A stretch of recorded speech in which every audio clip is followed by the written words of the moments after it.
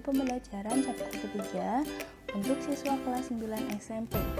Untuk pembelajaran kali ini, tema yang akan kita bahas adalah always read the label, dan pokok bahasan yang akan dibahas adalah mengenai label. Apakah label itu? Mari kita bahas di slide selanjutnya. Label is information contained in the back or outer packaging of a product. It contains any information about the product.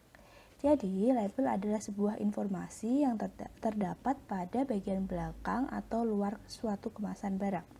Jadi, label adalah detail informasi mengenai sebuah produk yang biasanya ada di bungkusnya. Ketika kita membeli sebuah makanan atau minuman, itu kan di bungkusnya sendiri biasanya terdapat berbagai macam informasi mengenai produk tersebut, namanya apa, kemudian kandungan gizinya apa, lalu beratnya berapa, kemudian ada juga tanggal kadaluarsanya.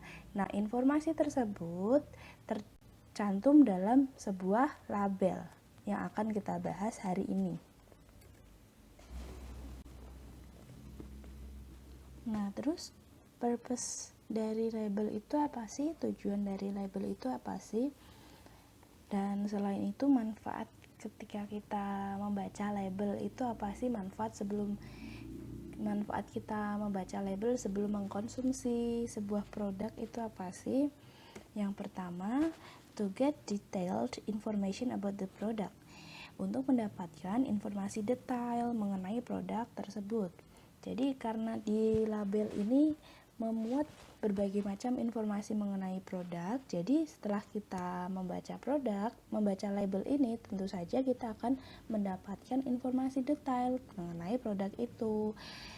Kandungan gizinya apa, terbuat dari apa, kemudian cara mengkonsumsinya gimana, lalu tanggal kadaluarsanya kapan, seperti itu. Yang kedua, to choose which product is safe for us.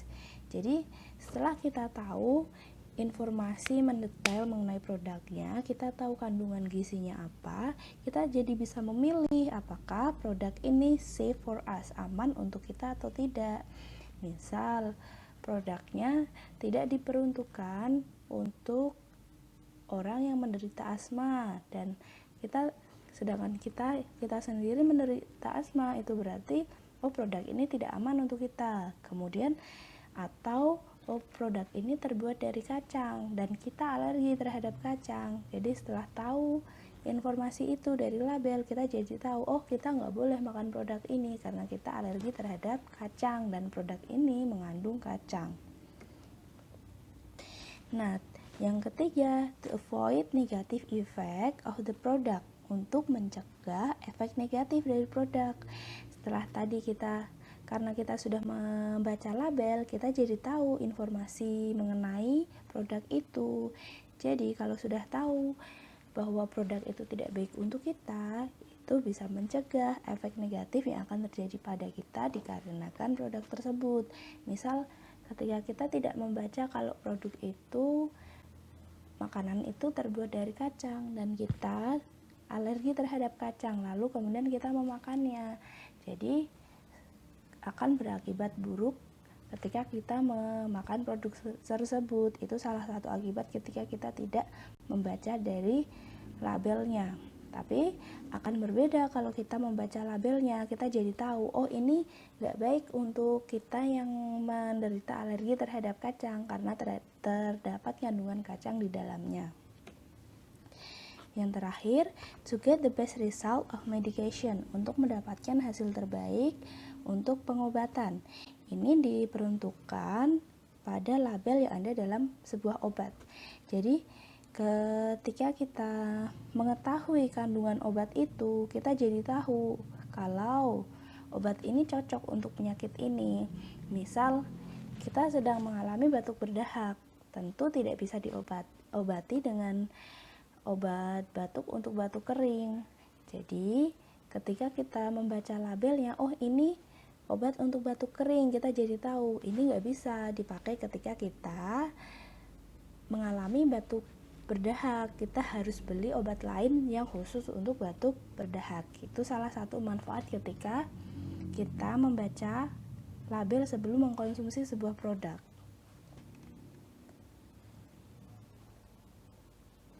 Kemudian, di mana sih kita bisa menemukan sebuah label?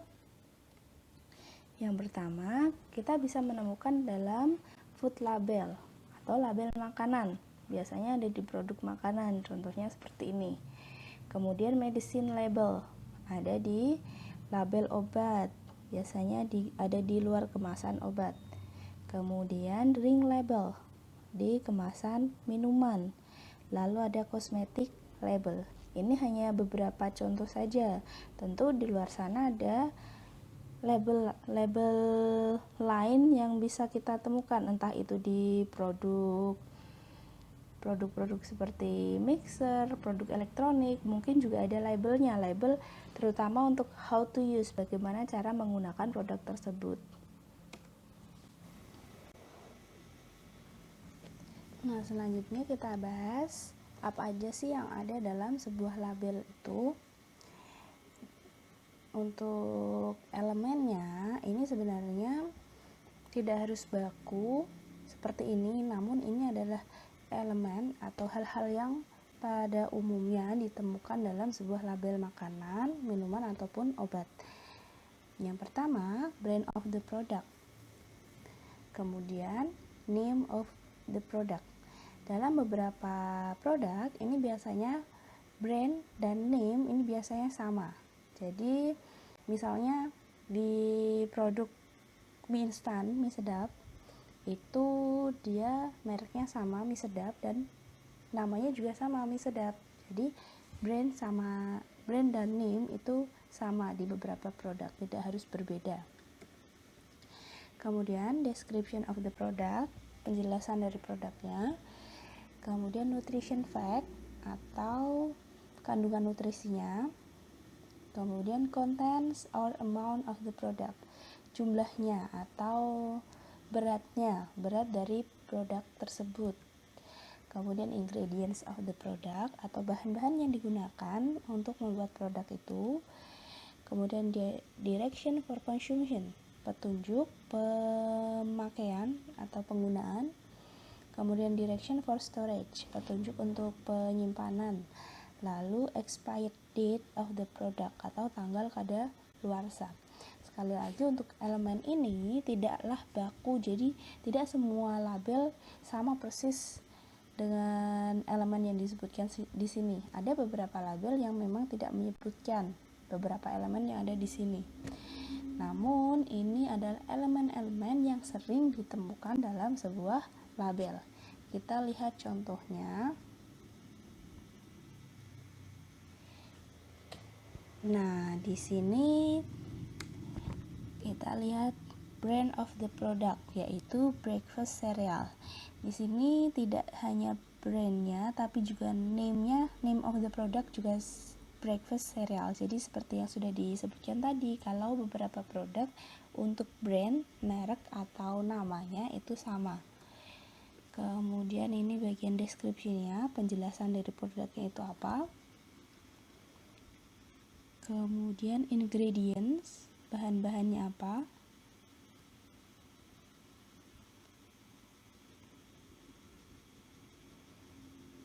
Manufacturer, ya di slide sebelumnya ini tidak disebutkan manufacturer. Manufacturer adalah perusahaan yang memproduksi produk tersebut, itu namanya manufacturer. Kemudian ada direction for consumption, kemudian expired date, tanggal kadaluarsa. Lalu ada nutrition fact, kemudian ada amount of the product. Kita lihat penjelasannya. Seperti yang sudah dijelaskan tadi, kalau di produk sebelumnya, di slide sebelumnya, bahwa nama produk dan brandnya sama, yaitu breakfast cereals. Kemudian description of the product, yaitu low fat breakfast cereals contains mango pieces, walnut, and royal jelly. Jadi ini adalah produk cereals untuk sarapan yang low fat, rendah lemak, yang mengandung mangga, walnut, kacang walnut, kemudian royal jelly atau sarang madu. Itu deskripsi produknya. Selanjutnya ada ingredients of the product, bahan-bahannya ada wheat, corn, rolled oats, palm oil dan lain sebagainya. Untuk ingredients of the product ini adalah to describe the ingredients to make the product, untuk menjelaskan bahan-bahan apa saja yang digunakan untuk membuat produk itu.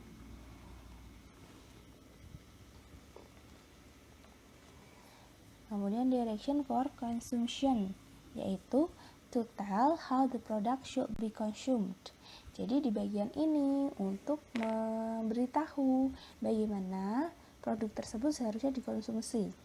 Apakah perlu dimasak terlebih dahulu atau direbus dulu, atau biasanya kalau minuman harus dikocok dulu sebelum meminumnya, seperti itu. Untuk produk tadi, petunjuk konsumsiannya yaitu the product may not be suitable for asthma and allergic sufferers.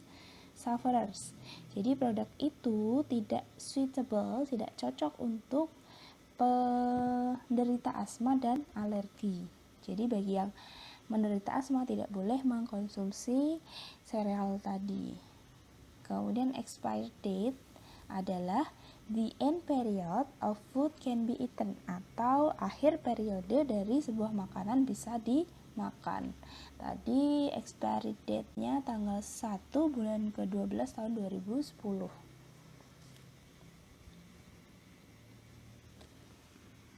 Kemudian manufacturer, seperti yang tadi sudah disebutkan, adalah the company which produce the product. Jadi perusahaan yang memproduksi produk ini. Untuk contohnya tadi yaitu Brand Food Pte Ltd 18 Food Safety Road Singapore. Jadi produk sereal tadi ternyata adalah buatan Singapura, seperti itu. Kemudian nutrition fact atau nutrition fact ini describe about nutrition that contained in the product. Jadi di nutrition fact ini menjelaskan mengenai gizi yang terkandung dalam sebuah produk. Biasanya itu akan mencantumkan berapa gram jumlah energi dalam produk itu, lalu berapa gram proteinnya, kemudian lemaknya berapa, lalu mengandung karbohidrat berapa gram, lalu sugarnya berapa, gulanya berapa gram, dan lain sebagainya.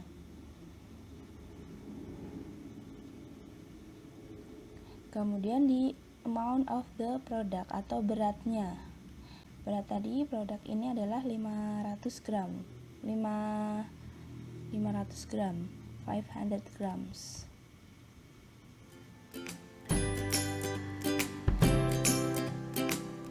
Nah, I think that's all for this chapter.